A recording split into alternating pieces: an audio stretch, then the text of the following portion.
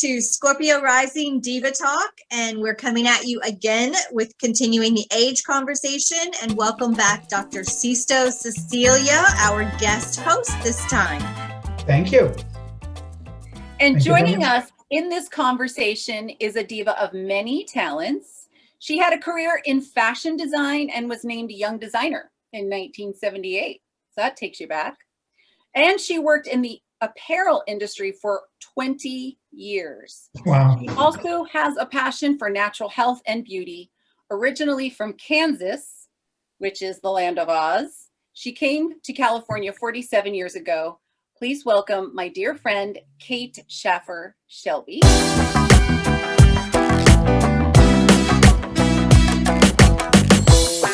Also joining us is a fantastic diva from England. She's an actress who now resides in Los Angeles, and you may have seen her in General Hospital and Ryan Murphy's Hollywood, amongst many other programs. Please welcome the talented Dionne Niche.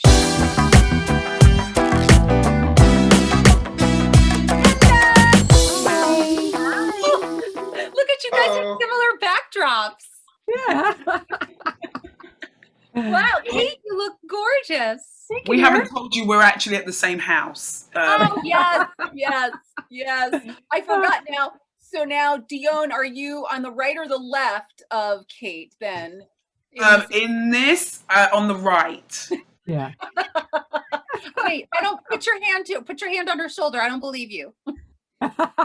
Oh, she's so far away. Like, we're doing the social distancing.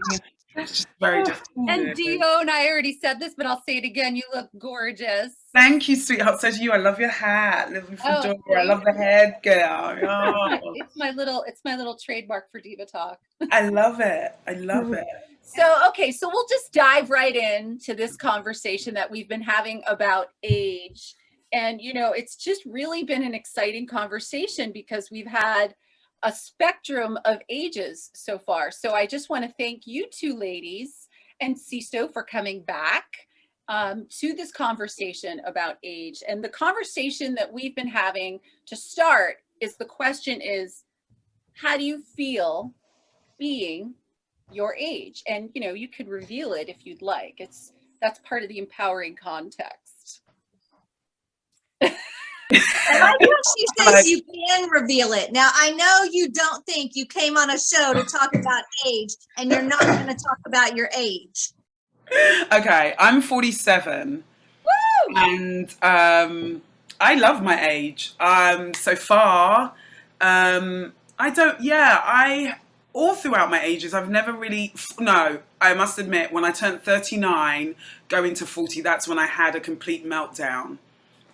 But coming into this age, I'm a little wary that things are going fast. That's all. I'm not hating my age. It's more that I'm going to be 50 soon, and 50 to me reminds me of my parents, and I know I don't act like them. So that's where the sort of, I suppose, where my head is at, and I'm kind of struggle with that. I don't see what I think 50 is supposed to be.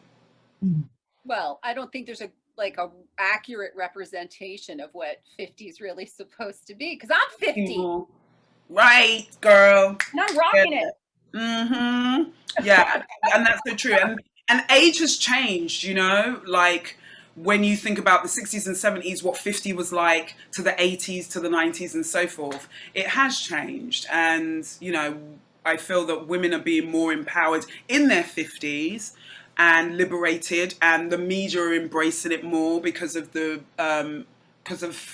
who we have, who are turning 50, the Oprahs, the Halle Berrys, and what that represents. So the J-Lo. Yeah, the J-Lo. Yeah. I mean, come on, if you could do a halftime show like that. Exactly. I do every night during COVID. Keeps you young. Well, young, yes. So my recommendation is to get a pole in your bedroom and just twerk before bedtime. Yep. What about you, Kate? Well, for me, you know, it's really strange because I'm turning 68 in this summer, and I don't feel my age. I've never really had any kind of crisis around turning 30 or 40 or 50 or, at all. I think a lot of that came from my husband will be 84, but he never thought about his age.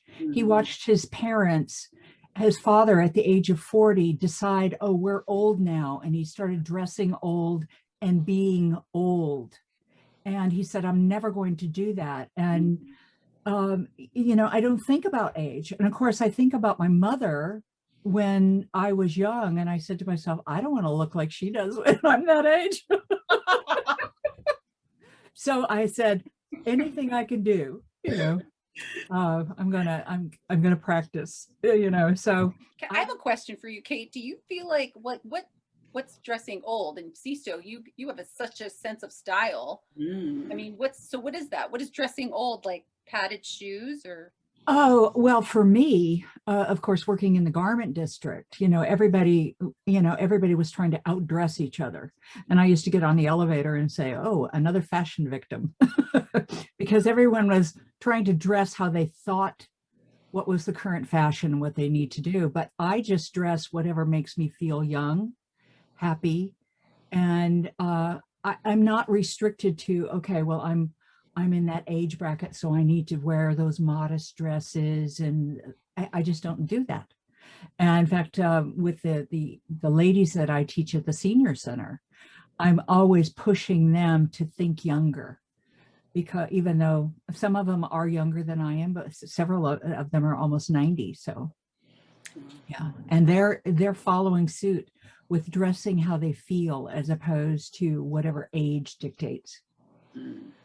I love that, because I actually have a dress in my closet that is this cute little pink baby doll dress. And I'm like, oh, I'm too old to wear this now. I'm wearing it. Thank you for saying that. I'm putting that dress on because I love it. Oh, good. I look forward to seeing it on you. Yes. So you have to be sure to put that back in a post, Mia, where you're wearing the dress. Well, it is in the post, remember? Because it on the text said, am I too old to wear this? And I hung it back in the closet. I've never left the house in that dress. But I'm now saying, I'm in the house.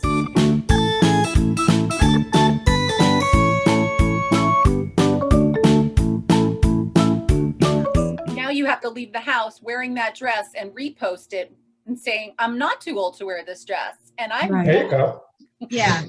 My mom was like that. My mom was like that. She just dressed to be whoever she wanted to be that day.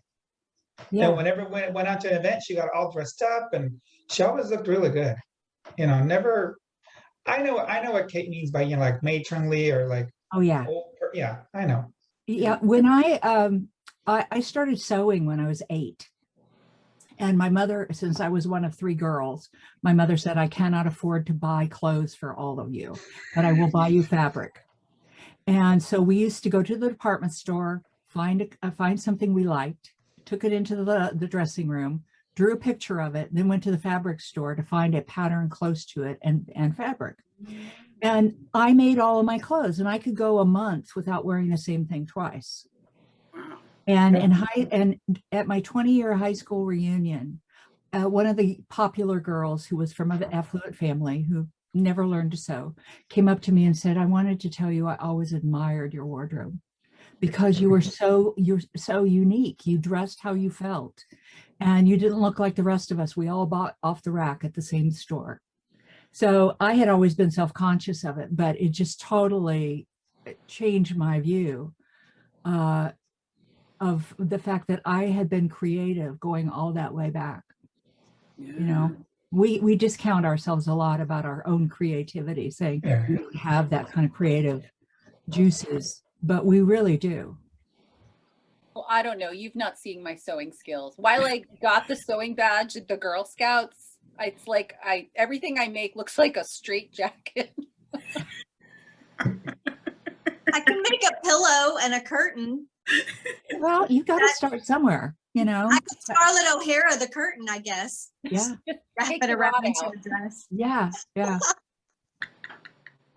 no, I can't sew at all. My sister is the sewer in the family, but Yeah, you know, darn a sock. I can put a button on, but you know, that's it. Mend a hop. That's basically it for me. But you know, so I actually want to bring up the part of where we're from, because I feel like that's important. Dion, when you and I were speaking about this a couple of weeks ago, there was something really interesting that you said. You know, sure, we might not think about age, but you said it wasn't until you moved to Los Angeles. So from England, there probably wasn't really a conversation for you there. And then you moved to Los Angeles, and then on top of that, you know, got into Hollywood and you're acting, so it became more of a conversation, right? So I wanted you to say more about that, like the cultural kind of influence. Yeah, well, growing up, my mum she never wore makeup. Like, I never learned how to wear makeup until I was at drama school. And you had to apply mascara and do a little bits and bobs and put some lipstick on, but my mum was never a person that you saw. She was always put together, but she wasn't a makeup person, and she had great skin, and I thank the Lord, blessed, because both my parents aged really well.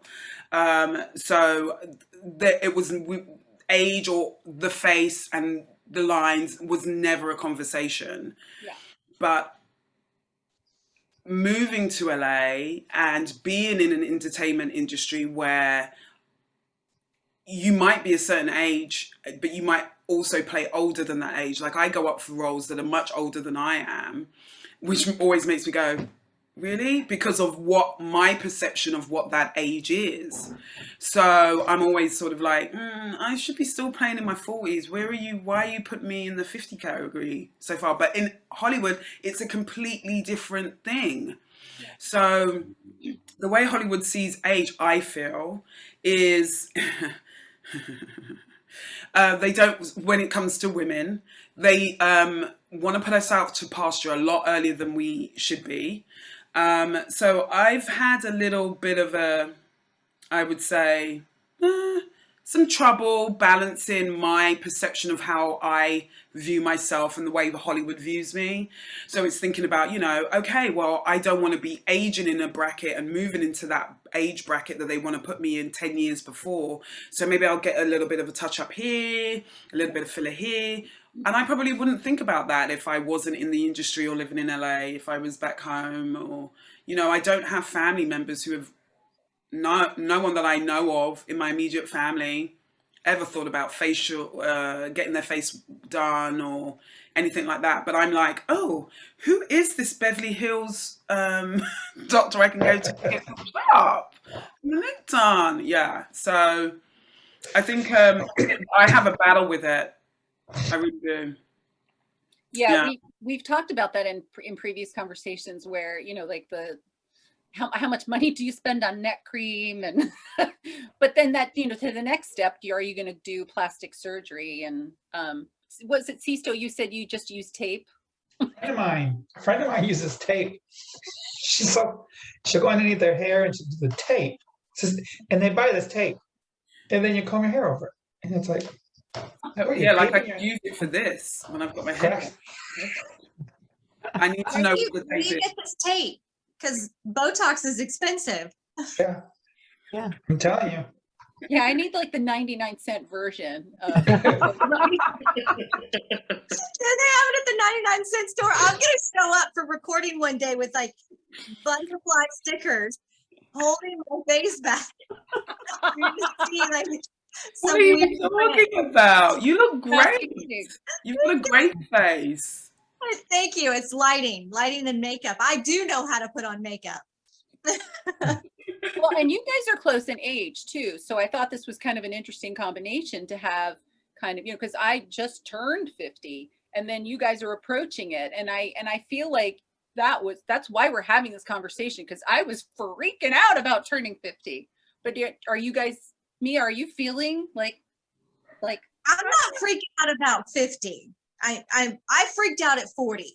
When I went from 39 to 40, I had a massive meltdown. It just went completely sideways. But I'm not freaking out about 50. What I am freaking out about is what I'm about to take on at my age. So I will be 51 when I graduate from college.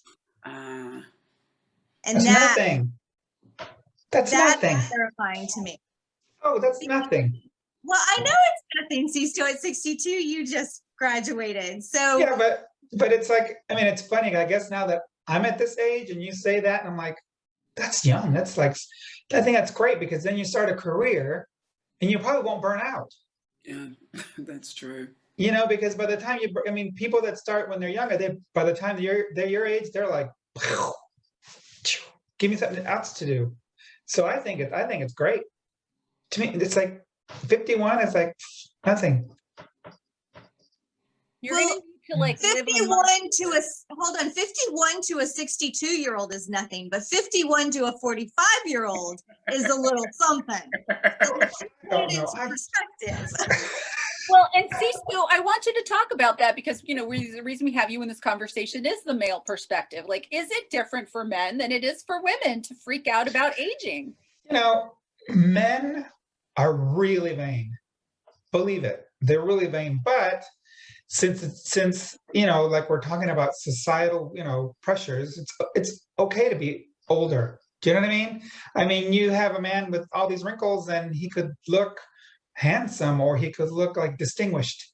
Where I don't think it's the same thing with our perception of women for some reason. Yeah. I think men get away with it much easier. I mean, you get Silver Fox, you get, he's so handsome. Oh my God, he's aged so well. And then the same age for a woman, they're like, oh, granny, all the, you might get cougar, but I mean, cougar's normally in your 40s. And then, I mean, unless you're Cher. But yeah, I definitely agree with that. The way that society's pressure to see how men and women are seen in a certain age, you're put out to pasture. When you're look at that guy with the beer commercial, right? I think his career was like gone or something. And he's a much older guy and did one commercial and he was the biggest thing, and he was old, right?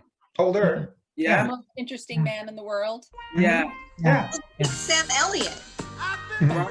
Sam Elliott. And I thought Sam Elliott was attractive for many, many years. And now he's reached that age to me where I look at him and I'm like, okay, Grandpa. Yeah. Love your voice, but you've peaked. But Right. so many people are still fawning over him and calling him sexy. But you look at, I wish I could remember her name, the British white-haired, I think she's incredibly sexy at 70-something years old. She's being considered, older and I guess done from an aspect, but I happen to think she's absolutely stunning and beautiful. And I just think it's unfair. The difference between men aging and women aging, it's just unfair the way the world is viewing it. We need to change it. Yeah. How? How? This conversation will be the start of it. Diva Talk will change the world. It will change Absolutely. I mean, Kate, you're married to your Ernie. He's my friend, Yeah. so I'm just gonna say his name. Yeah. So wait, we figured this out the other day. How many years older he is from you? 16. 16 He's 16. years. So Yeah. now, what's that like for you? Well, for me, I pretty much have always dated older men. And then it's changed over the 34 years that we've been married. Because at first we were both sort of thinking in the same generational group, but as he has aged a little older, I think once he hit like 75, it was as if I was living with somebody from a different generation. That next generation. So it's been a period of adjustment for sure, because when you're accustomed to living with someone in your same age bracket and generation, you pretty much think the same things and like the same things. Now, over the years, we've grown so close together that it doesn't bother him. It probably bothers me more than it does him. But yeah. But it's sometimes a challenge. Sometimes it's a challenge, like I'm dealing with somebody in my mother's age bracket. Right. And of course, I'm also very close with his sister. And she is very generational oriented. I mean, if when we first got together, I called his mother by her first name, and she quickly corrected me and said, no, that's Mrs. Shelby. You do not address your elders by a first name, which was really kind of bizarre because I always had, so, but she's so caught in that if she went to school with somebody who was 2 years older or 2 years younger, they were from a totally different age bracket. She can't cross over the lines. Now, for me, I've always been close to seniors. I've had many seniors who have been my best friends. And I've always gravitated towards seniors because they're always so wise and share with such valid information that you cannot find that with younger people. So, yeah. Well, we brought that up in our first conversation with Michelle, how she at 30 years old also really reveres people older than her. And I think she's an old soul though, we were saying, but we've had this conversation too, where in many cultures, the elders are revered and they're not disposed of. And I feel like there is something really uniquely special about having an elder be raised up as opposed to kind of pushed aside. Right. And Dion, did you grow up, because you said your parents were from Jamaica, is that correct? Yeah, that's correct. They moved to England when they were 20, 21. And do you feel like did they have kind of an influence to you on like how to treat your elders or how to treat elders? Yeah, for sure. I mean, there was no calling elders by their first name. Yeah, there was no, it was definitely not. I got into a lot of trouble if I would do that. It was always aunties and uncles, whether they were aunties and uncles by blood. And because they moved, like, I think if I was born in Jamaica, I would have had I would have either lived with my grandparents or had my grandparents very close in the vicinity, because when we would go back for holidays, my mother's sisters and brothers, their families and their kids were all around my grandparents and still living in the family home. So I don't have no idea what that's like. It was just me and my parents. So it was just always being, close to the elders who were their friends and my aunties and uncles.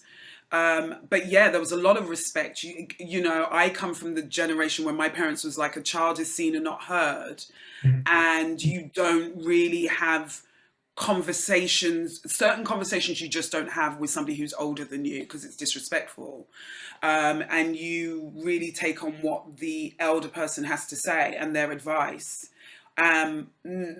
Arguing and getting into sorts was always, even swearing was a big thing. I remember being like 26 or 27 and not even swearing at my parents, but using a swear word in a sentence about a situation. And my dad didn't talk to me for a week because he found that very disrespectful. And I was like, I wasn't even swearing at you. It was just, I'm talking about this person. And he was not having it. So that generation, whereas I grew up with a friend of mine whose parents had her when she was young. And when they were young, sorry, not when she was young, when they were young. And it was a completely different chemistry, and the way they worked together and interacted together at home was completely different from mine. I was just like, we could never do that in my household. So yeah, she would swear at her mum all the time. And I'd be like, no, I'd be dead if that happened in my house. So yeah, and plus my parents had me when they were 40. So by the time I'm in my teens, they're already 50 odd going into their 60s. My mum passed when she was 58. So yeah, it was a completely different generation. Lots to do with respect. Lots of respect. Yeah, because even today, it's like when I hear people talk and every other word's the F word that comes out of their mouth, I feel kind of like taken aback. I'm not used to that. I can't say the same. I'm British. How are we friends? We use it all the time. How Well, what the fuck? Seriously, how can you know, man? I just think we learn things differently. I don't know if it's age or generation, probably generational, but I was really hyper when I was little, and I knew that I would get in trouble if I went over people's homes and touched stuff. So I learned that when I went to someone's home, I would sit on my hands. Oh. I learned it all by myself. You know what I mean? It's like I couldn't, because I knew that if no. It was always like, you see things, but you don't touch them. So I knew that I would. So I would just go and sit on my hands. Self-control. Yeah, I remember those moments of going to people's houses and going, and wanting to say something because you're hearing the adults talk. And my mum would just shoot me a look, and I'd be like, oh, yeah, this is not my conversation to have. Yeah, it's so funny. So many. And even if I was tired and I wanted to go, no way, we could never say that. You just sit there, you can lay on my lap, you can fall asleep, but don't ever interrupt and say you want to go. No. Oh, yeah. So it's an interesting thing, like as people in their 40s, 50s, 60s, can we listen to people who are younger? And this came up, and if you haven't checked out the interview with Sixto Cecilia, Dr. Sixto J. Cecilia, you can watch that. The link will be above. But we talked about that too. Like, what about the Greta Thunbergs? What about the younger generation that we're not listening to, that have an empowering thing to teach us? I listen to my daughter sometimes. She gives me some really great advice. I mean, sometimes she's a complete buffoon because she's 20, but then other times she comes at me with these little pearls of wisdom that I just go, how do you know that at 20? I don't know that at 45. Where did that come from? The internet. So I think we should be able to listen to the younger generation too. Yeah. I absolutely agree. I when you were speaking, I have a lot of younger friends. I was just trying to think. I don't have many older friends. I probably have a really handful of older friends, and most of the people that I date are younger than me. I just realized that. So I think I have a younger energy, so I attract people, and I'm not, spouting, how old I am until, it comes up or it's a birthday or something. So I have amazing friends who are 10, 15 years younger than me, some of them, who give me great advice when I'm spiraling out or not trying to figure stuff out for myself, especially in this technological world where things seem to be going really fast and we're all exposed all the time or needing to be exposed. So I definitely agree. We can learn a lot from the younger generation. They're now standing up and saying things that a lot of the baby boomers didn't say. And I mean, they're the ones that are going to take care of us. So if we're not listening to what they've got to say, I think we're in a lot of trouble. You're right. I think it's a mutual respect thing, right? Like, yeah, one another. I mean, absolutely. Listen, I can listen to you if you can listen to me. I've got not a problem. I think you age faster if you think that once you turn a certain age, that's it, the learning's done. I don't have anything else to learn, or I don't have anything else to give. I got a pair of rollerblades for Christmas. Oh, awesome. And I got on them and I went skating and it was like nothing. I mean, I got to tell you the truth, due to COVID and not being able to be at the gym and not being able to do regular exercise, things were hurting. It was really like a wow. But it's like, but even like, it's funny because I have family in Cuba. I have a cousin who's still in Cuba, and he just texts me through Facebook because he can't do anything else. Everything's restricted. And he goes, I just love your post. And I go, why? He goes, because it's like you're just so youthful in what you do and the things that you portray, and it just makes me feel so inspired here and so full of like self-esteem. And I'm like, wow, but I've never thought like, oh, now because I'm 60, I can't rollerblade. I have a friend in his 80s who drives, when Disneyland was open, but he would drive to Disneyland every Saturday night and go dancing, swing dancing in that princess, the Cinderella Dome there, whatever that's called. And he would stay there until midnight, when the park closed, and then drive home. And he lives in Glendale, so it's a commute. Wow. Wow. 5 minutes. Yeah. So That's a yeah, drive. you're never too old to do. Mm-mm. Unless you tell yourself you are. Yes. I Right. think that's the difference. Stay tuned next week for our continued conversation about age.